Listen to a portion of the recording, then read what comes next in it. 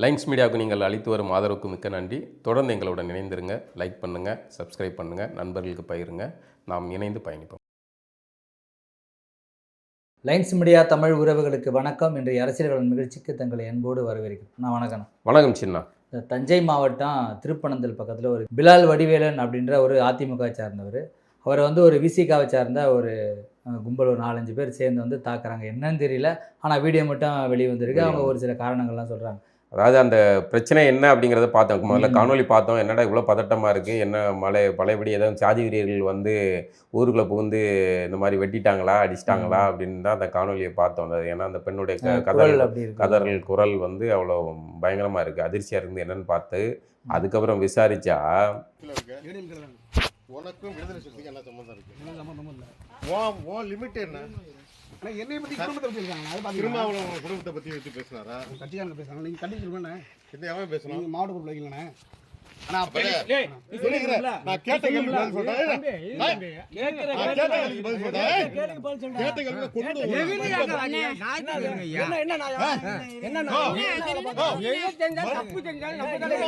பேசினாரா? எழுதிருக்கல, எடுத்து படுறா. நீ எழுதிருக்கலடா, அதை எடுத்து படிடா. எடுத்து படிக்கல. நீ பேசாம எடுத்து படுறா. எடுத்து படிடா.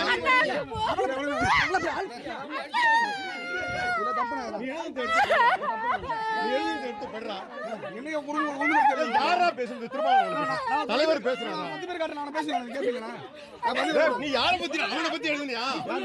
தலைவர் திருமாவை பத்தி ஒரு சாதாரண விஷயங்க. திருமாவளவன் அவர்கள் அவ்வளோ கருத்து சுதந்திரம், ஜனநாயகம், அரசியல் மயப்படுத்துவோமா, எதிரிகளை கூட அரசியல் மயப்படுத்துவோம் அப்படி இப்படின்னு டிசைனாக பேசுவார்ல. அந்த மாதிரி விசிகாவை ஒருவர் சமூக வலைதளத்தில் அவர் விமர்சனம் பண்ணுறார். எல்லாத்துக்கும் பேசுகிறீ என்ன, இந்த மாதிரியான ஈரான், அதாவது இங்கே தமிழ்நாட்டில் இவ்வளோ அட்டவணை பிரிவினர்கள் பாதிக்கப்பட்ட பிரச்சனைகள் நடந்துக்கிட்டு இருக்கு. இதையெல்லாம் தீவிரமாக பேசாமல் சும்மா கணக்காட்டுறதுக்காக பேசிக்கிட்டு இந்த ஈரானுக்காக அந்த போருக்காக பேரணி ஆர்ப்பாட்டம்லாம் நடத்துகிறீங்களே அப்படிங்கிறத ஏதோ கிண்டல் பண்ணி எழுதியிருக்கார் போல இருக்கவர். பிலால் வடிவேலன் அப்படிங்கிறவர் அதிமுக இருக்கார் போல இருக்கு. அதே அட்டவணை பிரிவை சேர்ந்த அவர்கள் சமூகத்தை சார்ந்த நபர் தான். அவர் தொடர்ச்சியாக விசிகாவினருடைய இந்த ட்ராமா இருக்குல்ல, வழக்கமான அவர்கள் பண்ணுற இந்த ட்ராமா இருக்குல்ல, அந்த விஷயங்கள் எல்லாம் தொடர்ச்சியாக விமர்சிக்கக்கூடிய ஒரு நபராக இருக்கார் அவர். இதுதான் பிரச்சனை. இதுக்காக அவங்களோட வீட்டில் புகுந்து அடிச்சிருக்காங்க போல இருக்கு விசிகாவை சேர்ந்த ஆட்கள். இது எவ்வளோ ஆபத்தானதாக இருக்குது. அதாவது ஒரு பக்கம் நாங்குநேரியில் இந்த மாதிரியான சாதி வெறிகள் இரவு நேரங்களில் சாதி போதையிலையும் கஞ்சா போதையிலையும் கிராமங்களில் புகுந்து தாக்குறாங்க. அட்டவணை பிரிவினரும் பாதிக்கப்படுறாங்க, பிற சமூகத்தை சேர்ந்தவர்கள் பாதிக்கப்படுறாங்க. சில பகுதிகளில் குறிப்பாக அட்டவணை பிரிவினரை குறி வச்சு தாக்குதல் நடக்குது. இப்படி தமிழகம் முழுக்கவே பெரும்பாலான தாக்குதல் சம்பவங்கள் நடந்துக்கிட்டு இருக்கு. சட்டம் ஒழுங்கு சந்தி சிரிச்சுக்கிட்டு இருக்கு. இதில் பெருவாரியாக அட்டவணை பிரிவினர் தான் பாதிக்கப்படுறாங்க. சாதி குறிப்பாக வேங்கை வயல் விவகாரம் இன்னை வரைக்கும் தமிழ்நாட்டின் மாபெரும் அவலம் அப்படின்னு குறிப்பிடணும்னா, நீங்கள் வரலாற்றில் எழுதணும்னா அந்த ஒரு சம்பவமும் இடம்பெறும். எப்படி தாமிரபரணி நதியில் 18 பேர் அடித்து கொள்ளை செய்யப்பட்டார்கள். கோபாலகிருஷ்ண நாயுடுவால் 44 பேர் உயிர்களோடு எரிச்சு கொண்டாங்க. இப்படின்னு நீங்கள் வரலாறு எடுத்தீங்கன்னா, தமிழ்நாட்டுடைய அவலத்தின் வரலாறு எடுத்தீங்கன்னா அதில் இந்த வேங்கை வயல் விவகாரமும் இருக்கும். இந்த மாதிரியான விஷயங்கள்லாம் நடந்துக்கிட்டு இருக்குது. அதுக்கு திருமாவளவன் அவர்கள் பெரிய எதிர்வினைகளோ இதுகளையோ பண்ணுறது. ஏன்னா அவர் திமுகவுடைய முன்கள பணியாளராக இருந்து கொத்தடிமையாக இருந்து அங்கே அந்த கூட்டணி கட்சியோடைய இதாக இருக்கார். இதனால் இதே அதிமுக ஆட்சியில் இப்படி நடந்திருந்தால் திருமாவளவனுடைய கொந்தளிப்பை நீங்கள் பார்த்துருக்க முடியும். திருமாவளவன் அவர்களை கூட்டணியில் வைத்ததோடைய விளைவு அந்த மக்களுக்கான பிரச்சனைகள் நீர்த்து போக செய்யப்படுறது அல்லது மடைமாற்றம் செய்யப்படுவது அப்படிங்கிறது. இதெல்லாம் ரொம்ப சிறப்பாக செய்வாங்க. அந்த மடைமாற்றம் பண்ணுறது இதெல்லாம் திருமாவளவன் அவர்களுக்கு மிகச்சிறந்த கைவந்த கலை. பஞ்சமி நில பிரச்சனை அப்படின்னு அது பாஜக கையில் எடுத்து அதை பிரச்சாரமாக முன்னெடுக்கும்போது டக்குன்னு உடனே ஓடி போய் ஒரு மனுவை கொடுத்து போய் முதல்வரை பார்த்து முரசொலி தாய் பத்திரம் எங்கே அப்படின்னு பாஜக அரசியல் பண்ணால் உடனே அதை மடைமாற்றத்துக்கு போய் ஒரு மனு கொடுப்பார். இப்படி நீங்கள் வரலாறு திருமாவளவன் அவர்களுடைய அரசியல் வரலாறை முழுக்க நீங்கள் ஆய்வு பண்ணி பார்த்தீங்கன்னா பெரும்பாலும் பிரச்சனையை மடைமாற்றுவதற்கும் நீர்த்து போக செய்வதற்குமாகவே திருமாவளவன் அவர்கள் உழைச்சிக்கிட்டு இருக்கார் திமுகவை பாதுகாக்கிறதுக்கு. இதுதான் அவருடைய வரலாறு. இப்போ இந்த சம்பவம் இப்படி வந்து தமிழகம் முழுக்க நாங்குநேரில் இப்போ தான் 2 நாளைக்கு முன்னாடி சம்பவம் நடந்திருக்கு. எல்லாமே தமிழகமே அதிர்ந்து போயிருக்கு. இப்படி ஒரு கொடூர தாக்குதல் நடக்கு அப்படின்னு அதிர்ந்து போயிருக்கு. அதில் எல்லா ஜாதியினரும் பாதிக்கப்பட்டிருக்காங்க. ஒரு அட்டவணை பிரிவு வச்சிருந்தவர் கொலை செய்யப்பட்டிருக்கார். எவ்வளோ கொந்தளிப்பாக பேச வேண்டும், அதை பேசணும். சும்மா ஒரு அறிக்கையோட முடிஞ்சு போச்சு. அப்போ இந்த நபர் வந்து பிலால் வடிவேலன்கிறவர் வந்து அவர்கள் பிரிவை சார்ந்த ஒருத்தர் தான். அவர் விசிகாவினுடைய செயல்பாடை கருத்தியல் ரீதியாக அல்லது அவருடைய பார்வையில் அரசியல் ரீதியாக அவர் விமர்சனம் வைக்கார். இந்த விமர்சனம் வைக்கிறதுக்கு உரிமை இருக்கா இல்லையா? விமர்சனம் வைக்கிறது உரிமை இருக்கு தானே. ஆனால் நீயும் பாதிக்கப்பட்ட மக்கள் சைடு, நீ அந்த சைடு தான் நீயும் பேசுகிற அப்படின்னு சொல்லும்போது, நீ சார்ந்த கட்சியை கூட்டிட்டு போயிட்டு நீயும் ஒரு போராட்டம் பண்ண வேண்டியதானே? அந்த மக்களுக்கு நீதி வாங்கி கொடுக்க வேண்டியதானே? நீ எதுக்கு எதிர்த்தரப்புல இருக்கிற இன்னொரு விசிகாவனை சேர்த்து நீ ஏன் சொல்ல வேண்டிய? ஏன் அதை கேட்கக்கூடாதுன்னு கேட்குறேன். ஏன் கேட்கக்கூடாதுன்னு கேட்குறேன். அதிமுக செய்யாதுங்க, அதிமுக செய்யாது, பாஜக செய்யாது. ஒரே அத்தாரிட்டி நாங்கள் தான், ஒடுக்கப்பட்டவர்களுடைய பிரதிநிதிகள் நாங்கள் தான். உனக்கு அதிமுகவில் இருக்க பறைய இருக்கு, எவனும் அடித்தாலும் வர மாட்டான். திமுகவில் இருக்க பறைய அடித்தாலும் எவனும் வர மாட்டான். நான் தான் வருவேன்னு பேசினவர் திருமாவளவன் தானே. அப்போ அவர் கேட்க தானே செய்வாங்க. அதிமுகவில் இருக்கிறவன் அவர் அந்த கட்சியை சேர்ந்தவராக நாடு முழுவதும் இருக்கிற எங்க பிரச்சனை இருக்கு, எல்லாரும் பேசணுங்க. ஒரு இப்போ நாங்குநேரி சம்பவம் எல்லா சாதியினரும் பாதிக்கப்பட்டிருக்காங்க, எல்லாரும் கண்டிக்க வேண்டிய விஷயம். எல்லா சாதியிலும் பாதிக்கப்படவே இல்லை. குறிப்பாக கோனார் பாதிக்கப்பட்டிருக்காரு, அதுக்காக மற்ற சாதிக்காரங்களாம் கண்டிக்க கூடாதா? குறிப்பாக பறையர் பாதிக்கப்பட்டிருக்காரு, அதுக்கு மற்றவங்களாம் கண்டிக்க கூடாதா? குறிப்பாக தேவேந்திரர் பாதிக்கப்பட்டிருக்காரு, கண்டிக்க கூடாதா? நாடார் பாதிக்கப்பட்டிருக்காங்க, கண்டிக்க கூடாதா? ஒரு சாதி வெறி தாக்குதல் அல்லது ஒரு அநியாயம் நடக்கு, மக்கள் விரோத செயல் நடக்குன்னா அதை எல்லாருமே கண்டிக்க வேண்டியது தான். எல்லாருமே அதை கேள்விக்குள்ளாக்க வேண்டியதான். அதே சமயம் கூடுதலாக சிலருக்கு பொறுப்பு இருக்கு. மற்றவர்கள் ஏன் நம்ம இடதுசாரி தோழர்களை வந்து மற்றவர்களெல்லாம் வந்து விலை போனால் கூட நம்ம கம்யூனிஸ்ட் தோழர்களை வந்து ஏன் வந்து நம்மளால் வந்து விட்டு கொடுக்க முடியல? அவங்க பேசணும். ஏன் அவர்கள் மீது நம்ம கோவப்படுறோம்? உங்களை தான் நம்புகிறோம், உங்களுக்கு ஓட்டு போட மாட்டான். ஆனால் மக்களுடைய பிரச்சனைகளை வந்து ஆணித்தரமாக வீரியமாக பேசக்கூடியவர்கள் அப்படின்னு ஒரு நம்பிக்கை இருக்குல்ல. அப்படி ஒரு நம்பிக்கை வந்து திருமாவளவன் அவர்கள் உருவாக்கி வச்சிருக்காரு. அந்த மக்களுடைய பிரச்சனைகள் எதாக இருந்தாலும் பேசுவார் அப்படின்ட்டு. ஆனால் இந்த திமுக கூட்டணி ஆட்சி வந்த பிறகு திருமாவளவனுடைய செயல்பாடு என்ன? எல்லா பிரச்சனையும் மடைமாற்றுவது தான். அப்போ அதை ஒருத்தர் கேட்காருல்ல. அவர் வந்து பொது தளத்தில் சமூக வலைதளத்தில் எழுதுறாரு. சமூக வலைதளத்தில் திருமாவளவன் அவர்களை எவ்வளோ பாஜகவினர் கடுமையாக விமர்சிக்கிறாங்க, எவ்வளோ மோசமாக எழுதுறாங்க, எவ்வளோ பாமகவினர் மோசமாக எழுதுறாங்க, சரி தானே? அதிமுகவினர் எழுதுறாங்க, பலதரப்பு. அவ்வளோ எதுக்கு கூட்டணி கட்சியை சேர்ந்த திமுகவினர் எவ்வளோ மோசமாக எழுதியிருக்காங்க, திராவிட கட்சியை சேர்ந்தவர்கள் திராவிட இயக்கத்தவர்கள் எவ்வளோ மோசமாக எழுதுறாங்க, திருமாவளவன் மக்கள் நல கூட்டணி ஆரம்பிச்சப்பெல்லாம் திருமாவளவன் எவ்வளோ மோசமாக எழுதுனாங்க. ஆனால் இங்கே என்ன சிக்கல்னா, திருமாவளவன் அவர்களுடைய இந்த நிலைப்பாடு இருக்குல்ல, அது குறிப்பாக அவர்களுடைய வீரம் யார்கிட்ட காட்டுறாங்கன்னா அவர்கள் சார்ந்த மக்களிடம் தான் காட்டுறாங்க. திருமாவளவன் அதற்கு மிகச்சிறந்த உதாரணம். அங்கே வந்து ஒரு நிகழ்வில் கலந்துக்கிட்டு போனால் அங்கே வந்து இங்கே பறையன்னு சொல்லிட்டு கொஞ்சம் பேர் வர, செருப்பால் அடிங்க அந்த நாய்கள்னு சொன்னது யார்? வேற எதுவும் சாதிக்காரனா சொல்ல முடியுமாங்க? திருமாவளவன் தான் சொன்னாருங்க. அப்போ திருமாவளவன் இப்படி வந்து சொல்லினால் அந்த கட்சியை சேர்ந்த ஆட்கள் என்ன தோணும்? அப்போ மாற்று இயக்கத்தில் இருக்கக்கூடிய தங்கள் சமூகத்தை சேர்ந்தவர்களை நம்ம அடிக்கிறதுக்கு தலைவர் உத்தரவு கொடுத்துருக்காரு அப்படின்னு தானே எடுத்துக்கிட முடியும். அப்போ இது எவ்வளோ ஆபத்தானது? திருமாவளவன் அவர்களுடைய சமீபத்திய நிகழ்வுலேருந்து பாருங்களேன். ஒரு வண்டியில் போகிற ஒருத்தர் ஸ்பீட் பிரேக்கரில் ஸ்லோவாகுது, பின்னாடி வந்த கார் உரசுதுன்னு அவர் திரும்பி பார்க்காரு. உடனே இவருடைய கூட வந்து அதே குண்டர்கள் போய் அடித்து உதைக்கிறாங்க. அது வந்து ஒரு உணர்ச்சி வசப்பட்ட தலைவரை வந்து மறைச்சி பார்த்தா ஏதோ வச்சுனான்ட்டு உணர்ச்சி வசப்பட்ட எவ்வளோ செஞ்சால் அதோட முடிஞ்சு. ஆனால் விளக்கம் கொடுக்குறான்ட்டு பேசிட்டு திரும்ப மறுபடி மேடையில் பேசும்போது அது வந்து என்ன சாதிங்கிறதுக்கு அடிக்கலை, முறைச்சி பார்த்ததுக்கு தான் அடின்னு பேச. இதெல்லாம் ஒரு தலைவரோட பேச்சா? இதெல்லாம் ஒரு செயலா? ஒரு எம்பி நாடாளுமன்ற தலைவர் உறுப்பினராக இருக்க ஒருத்தர் பேசக்கூடிய பேச்சாங்க இது? இந்த சம்பவம்.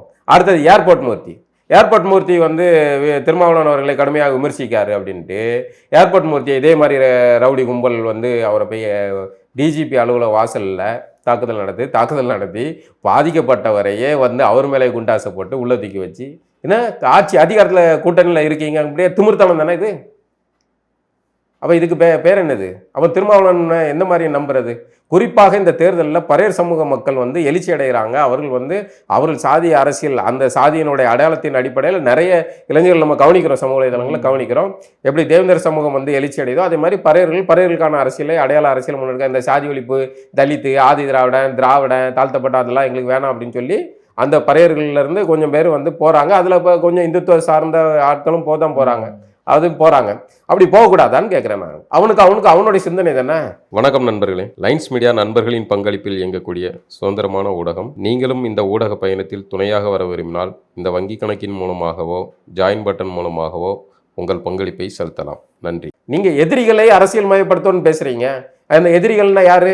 பாமகவில் இருக்க வன்னியர், பாஜகவில் இருக்க பிராமணர், இப்படி வந்து மற்ற தேவர், மறவர், கல்லர், இப்படி இவங்கள தான் அரசியல் பயப்படுத்துவீங்களா? ஏன் அது வந்து உங்கள் சமூகத்தை சேர்ந்தவர்கள் வந்து உங்கள் மீது விமர்சனம் வச்சிடக்கூடாதா? வச்சா வந்து வீடு புகுந்து அடிப்பீங்களா? ஏர்போர்ட் மூர்த்தி அடிப்பீங்களா? ஏன் ஒரு கருத்தை வச்சிங்கன்னா அந்த கருத்தில் முரண்பாடு இருந்தால் அந்த கருத்துக்கு முரண்பாடுக்கு நீங்கள் பதில் கருத்து வைங்க. இல்லையா அவருடைய கருத்தில் தவறே இருக்குது அப்படின்னா அதுக்கு வந்து சட்டப்படியான நடவடிக்கையோ அதை செய்யுங்க. அவருக்கு பதில் கருத்து எழுதுங்க. இல்லைன்னா அவர் சட்ட ரீதியாக வந்து இந்த பதிவு எங்களை வந்து எங்கள் தலைவரை இழிவுபடுத்துது, எங்கள் தலைவர் சேகுவராக்கு சமமானவர், சர்வதேச உலக போராளிகள் எல்லாரோடையும் ஒப்பிடக்கூடிய அளவுக்கு ஒரு போர்க்கணம் மிக்கவர், அவரை வந்து இப்படி எழுதுறாங்க அப்படின்னு நீங்கள் சட்ட ரீதியாக வழக்கு போடுங்க. அது நியாயமாக இருக்குது. ஒரு கணவன் ஒரு ஆணை அவன் மனைவி பிள்ளைகள் முன்னாடி வீட்டுக்குள்ளே புகுந்து அடிக்கிறதுங்கிறது எந்த வகையில் நியாயம்? கொஞ்சமாச்சு இந்த சம்பவத்தை இப்படி யோசிச்சு பாருங்க. அந்த அடி வாங்கின நபர் அந்த பிலால் வடிவேலன்கிறவர் வந்து விசிகாவை சேர்ந்தவர், அடித்தது வந்து பாமகவை சேர்ந்தவருங்க. கணவன் மனைவி பிள்ளைகள் முன்னாடி இப்படி அடிக்காம மனைவி கதறாங்க. இந்த சீன் மட்டும் இப்படி சிக்கிருந்துச்சுன்னா அப்படியே பேரை மாற்றி போட்டுருக்கு பாருங்களேன். இல்லை வேற ஒரு மரம் அடிச்சிட்டாரு, இல்லை ஒரு நாடர் அடிச்சிட்டாருன்னா இந்நேரத்துக்கு பாருங்கள் எப்படி கொந்தளிச்சிருப்பாங்க. ஒரே கருத்து சுதந்திர போராளிகள் எல்லாம் கந்தசாமி எல்லாம் வந்து கொந்தளிச்சு இது பண்ணியிருப்பாங்கல்ல. அப்போ அடித்ததுன்னா பறையர் அடித்தது இன்னொரு பறையர் கருத்து அவருக்கு கருத்து கிடையாதா? அவருக்கு திருமாவளவன் விமர்சிக்க கூடாது. ஒரு கட்சியோட தலைவரை நீங்கள் விமர்சிக்கிறதுக்கான ஒரு அளவுகோல் இருக்குல்ல? என்ன அளவுகோல்? என்ன வெங்காய அளவுகோல் இருக்கு? என்ன அளவுகோல்? சமூக வலைதளங்கள்ல பலதரப்பட்ட வகையில விமர்சனம் பண்ணதான் செய்வான். எல்லா வகையிலும் விமர்சனம். நீங்க இந்த வீரத்தை வந்து பாமக காரன் விமர்சிக்கிறான், அவன்கிட்ட காட்டினீங்களா? பாஜக காரன் விமர்சிக்கிறான், அவன்கிட்ட காட்டினீங்களா? அது என்ன உங்களுக்கு வந்து அப்படி வந்து அவர்களுடைய சார்ந்த அந்த சாதியை சார்ந்தவர்கள் விமர்சிச்சுட்டா வந்து அவ்வளோ கோவம் வருது? ஏர்போர்ட் மூர்த்திகிட்ட காட்டின விமர்சனத்தை நீங்க வந்து என்னைக்காவது காடு வெட்டி ஊருட்ட காட்டிருப்பீங்களா? இல்ல அங்க மூடிட்டு மண்டி போட்டுட்டு போறீங்கல்ல. கேட்கிற கேள்வி நியாயமா இல்லையா? ஏன் அங்க வீரத்தை காட்டல? உங்களை விமர்சிக்கிறவங்க உங்க சாதிக்காரனா இருந்துடக்கூடாது. உங்ககிட்ட வந்து எல்லாருமே வந்து உங்களை ஒரே ஆளா, நீங்க ஒரு ஆள் தான் அந்த மக்களுக்கான தீர்வு அப்படின்னு சொல்லி உங்களை கடவுளா வச்சு சாமி பூஜை 6 கால பூஜை, பாலாபிஷேகம், மலர் அபிஷேகம் எல்லாம் பண்ணிட்டு இருக்கணும். அப்படிதானே இது? அதானே திரும்ப விரும்புறாரு. இப்ப இதை பார்க்கும்போது அப்படிதான் தோணுதுங்க. அவ்வளோ ஆத்திரமா இருக்குங்க. எதுக்கு அப்படி ஒருத்தங்களை பூந்து அடிக்கிறீங்க நீங்க? என்ன கருத்து சுதந்திரத்தை பேசுறீங்க நீங்க? நாளைக்கு விசிகாரங்களை எழுதுறாங்கல்ல, விசிகாரன் எவ்வளவு விமர்சனங்கள் எழுதுறாங்க, எவ்வளவு கடுமையான வார்த்தைகள் போட்டு எழுதுறாங்க. ஒரு விசிகாரனை புகுந்து இப்படி ஒரு பாஜகக்காரன் அடிச்சா விடுவீங்களா? அது சரியா? இப்ப நீங்க இந்த தவறான முன்னுதாரணத்தை உருவாக்கிட்டு இருக்கீங்களா இல்லையா? கோர்ட் வாசல்ல ஒருத்தன் வந்து முறைச்சு பார்த்ததுக்கு அடிக்கிறீங்க. நாளைக்கு ஒரு விசிகாரன் முறைச்சு பார்த்தா அடிக்கலாமா? அப்ப அவன் சொல்லுவான்ல, இல்ல அவன் விசிகாரன் முறைச்சு பார்த்தா அடிச்சா அப்படின்னு சொல்லலாம்ல. ஏன்னா அதுக்கான முன்னுதாரணத்தை நீ தானே உருவாக்கியிருக்கீங்க. ஆக திருமாவளவன் அவர்கள் வந்து தன்னுடைய கூட்டணி பேரத்தை அங்கே செல்லாக்காசு அங்கே பேசுறதுக்கு திராணி இல்லாத திருமாவளவன் அவர்கள் சமூக மக்களிடம் இந்த மாதிரியான எதிர்வினைகளை செஞ்சுட்டு தான் ஒற்றை பிரதிநிதி அப்படிங்கிற மாதிரி தோட்டத்தை உருவாக்குறாங்க. ஏன் வந்து புரட்சி பாரதம் இருக்கு, ஆம்சாங் கட்சி இருக்கு, அவங்கவுங்களும் மற்ற பல தலைவர்கள் இருந்தாங்கல்ல, அதை எல்லாத்தையுமே சிதைக்கிறாங்க. விசிகா மட்டும்தான் ஒற்றை பிரதிநிதி. அதுக்கு இந்த கட்சி வந்து இந்த தாக்குதல் சம்பவ நடவடிக்கை எடுக்கணும்ல. ஒரு வக்கீல் அடிக்கிறீங்க, நடவடிக்கை எடுக்கணும்ல. ஒரு டிஜிபி அலுவலக வாசலில் வந்து ஏர்போர்ட் மூர்த்தி தாக்கப்படுறார், அவர் மேலே அசிங்கமாக பொதுதளத்தில் சந்தி சிரிக்குதுங்க. எப்படி சட்டம் ஒழுங்கு சந்தி சிரிக்குது, அதே மாதிரி திருமாவளவன் அவர்களுடைய அரசியல் சந்தி சிரிக்குது. கூட்டணியில் இருக்க எல்லா கட்சிக்காரங்களும் வந்து சீட்டு வாங்கிட்டு போயிடுறான். உங்களை கடைசியில் வச்சு அவமானப்படுத்துகிறாங்க. உங்களுக்கு தேவையான சீட்டுகளை கொடுக்காத இழுத்து அடிக்கிறாங்க. கடைசியில் எல்லா சீட்டும் உங்கள்கிட்ட இருந்து பறிக்கப்பட போகுது. இதுதான் நடக்க போகுது. ஆனால் நீங்கள் ஆளுக்கு முன்னாடி இந்த திமுக முட்டு கொடுத்து இதே வேலை செய்கிறீங்க. எதுக்கு? இந்த மாதிரியான சம்பவங்கள்லாம் உங்களுக்கு துணையாக இருக்கிறது. அப்படிதானே? ஆக இது வன்மையாக கண்டிக்க வேண்டிய நிகழ்வு. திருமாவளவன் அவர்களிடமிருந்து அந்த குறிப்பாக அந்த பறையர் சமூக மக்கள் விழிப்புணர்வு அடைய வேண்டியது காலத்தின் கட்டாயம். இல்லைன்னா இதே தான் நடந்துக்கிட்டு இருக்கும். ஒரு சந்தேகத்தாக கேட்குறேன். இது சமூக வலைதளத்தில் அதிகமாக பரவலாக கேட்கப்பட ஒரு கேள்வி தான். என்னென்னா இப்போ தமிழ்நாடு முழுவதும் நீங்கள் சொல்கிற அந்த அட்டவணை பிரிவினருக்கு வந்து நிறைய பிரச்சனைக்கு நீங்கள் தான் இப்போ சொல்லியிருக்கீங்க. இதை திருமாவளவன் கேட்கல, நிறைய பேர் கேட்டிருக்காங்க. எத்தனை மாற்று கட்சி சார்ந்த தலைவர்கள், எத்தனை மாற்று சக்தியை கொண்ட இயக்கங்களை கொண்ட தலைவர்கள், எத்தனை பேர் பொதுவெளியில் வந்து போராடி இருக்காங்க, இதற்காக எத்தனை பேர் நீதி வாங்கி கொடுத்துருக்காங்க? எல்லாரும் தான் பேசத்தான் செய்யறாங்க. யார் பேச? இவ்வளவு பேர் கேட்டிருக்காங்க. யார் பேசுறாங்க, யார் பேசலன்னு சொல்லுங்க. யாருமே பேசுறது இல்லையே. எந்த பிரச்சனை பேசல? வெங்கை வயல் பேசல வந்து ஏன் வந்து திருமாவளவன் கேட்கல, திருமாவளவன் ஏன் பேசுறேன்னு சொல்றாங்க. மற்ற கட்சியை சார்ந்த எத்தனை பேரும் போயிட்டு வந்து ஒரு பேருக்கு ஒரு மற்ற கட்சினா யாரை சொல்ல வரீங்க? சீமான் பேசலங்கிறீங்களா? சீமான் பேசியிருக்காரு. அதிமுக, திமுக, எந்த கட்சியுமே சரி, எல்லா கட்சியிலும் போராட்டம், எல்லா கட்சியிலும் பேசணும். நான் அதை தான் ஆரம்பத்துல நீங்க இப்படி ஒரு குறுக்கு கேள்வி கேட்பீங்கன்னு எனக்கு தெரியும். ஆரம்பத்துல அதான் சொன்னேன்.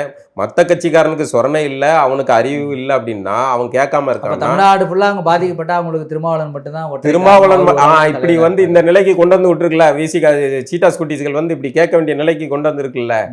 மக்களுடைய பிரச்சனைக்கு பேசுறதாக அரசியல் சொல்லிட்டு இந்த மக்களுடைய குறிப்பாக இந்த அட்டவணை பிரிவினருடைய மக்களுக்காக அரசியலுக்காக களத்துக்கு வந்தவர் தான். அப்படிங்கும்போது கூடுதலாக ஒரு உரிமை இருக்குல்ல. இப்போ ஒரு வீட்டில் ஒரு பிரச்சனை நடக்குது, ஒரு வீட்டில் எல்லா பிரச்சனைன்னு விடுங்களேன், வீட்டில் சாப்பாடு இல்லை, அந்த வீட்டோடைய தலைமகன் ஆண்மகன் வந்து ஏன்பா குழந்தைங்கள்லாம் பட்டினியாக கிடக்கு, நீ வந்து இது பண்ணலன்னா, இல்லை பக்கத்து வீட்டுக்காரனை நீ கேட்டியா, அந்த தெருக்காரனை கேட்டியான்னு கேட்பீங்களா?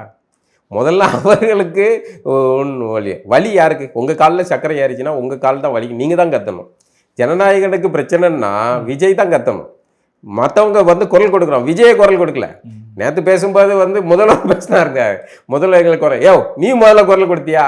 அந்த விஜய்க்கு என்ன கேள்வி நியாயமோ அதே கேள்வி தான் திருமாவுக்கும் பொருந்தும். இது திருமாவளவன் மட்டும் தெளிவான வார்த்தையை கவனிச்சுக்காங்க. திருமாவளவன் மட்டும்தான் வேங்கவேல் பிரச்சனைக்கு பேசணும்னு சொல்லலை. திருமாவளவன் அவர்கள் இந்த பிரச்சனையை எதிரணியில் இருந்திருந்தால் எப்படி பேசியிருப்பார் அப்படிங்கிறத சுட்டி காட்டுறோம், அவ்வளோதான். அப்போ திருமாவளவன் அவர்களுக்கு கூடுதல் பொறுப்பு இருக்குது. திருமாவளவனுக்கு மட்டும் இல்லை, அட்டவணை பிரிவினர் பிரிவை சேர்ந்தவர்கள் தலைவர்களாக இருக்கவங்க கூடுதல் பொறுப்பு இருக்குது. அது எல்லாத்தையும் விட ஜனநாயகத்தை சமூக நீதியை பேசக்கூடிய எல்லாருக்குமே பொறுப்பு இருக்குது. பெரியார்னு பேசுகிறீங்களா, சமூக நீதி சாதி ஒழிப்பு புண்ணாக்குன்னு பேசுகிறீங்கல்ல, ஏன் திமுகவுக்கு உரிமை இல்லையா? ஏன் ஸ்டாலின் பேசக்கூடாதா? பேசக்கூடாதான்னு கேட்குறோமே, எவ்வளோ முட்டாளன்னு நாம. அவங்க வந்து பாதிக்கப்பட்டவர்களே தூக்கி பழியை போட்டு சோழி பிடிச்சி விட்டு போயிருக்காங்க. எவ்வளோ பிரமாதமாக இயங்கியிருக்காங்க. இதில் வந்து கொந்தளிக்கணுமா இல்லையா?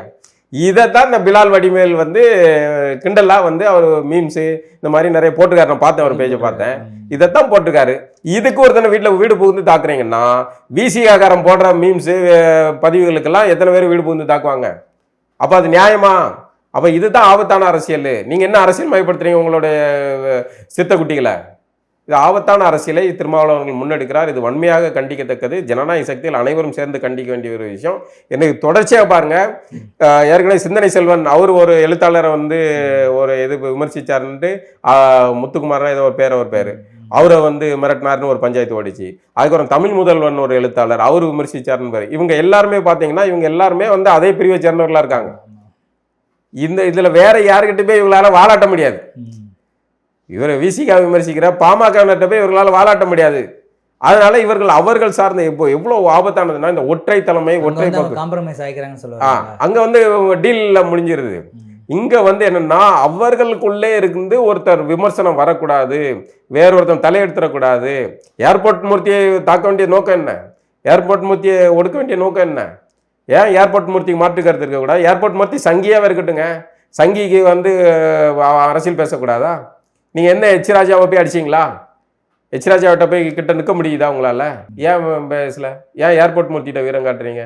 இதுதான் திருமாவளவன் அவர்களே நாடகத்தன்மையும் வன்மையாக கண்டிக்கத்தக்கது. மீண்டும் ஒரு நிகழ்வு சந்திப்போம். நன்றி.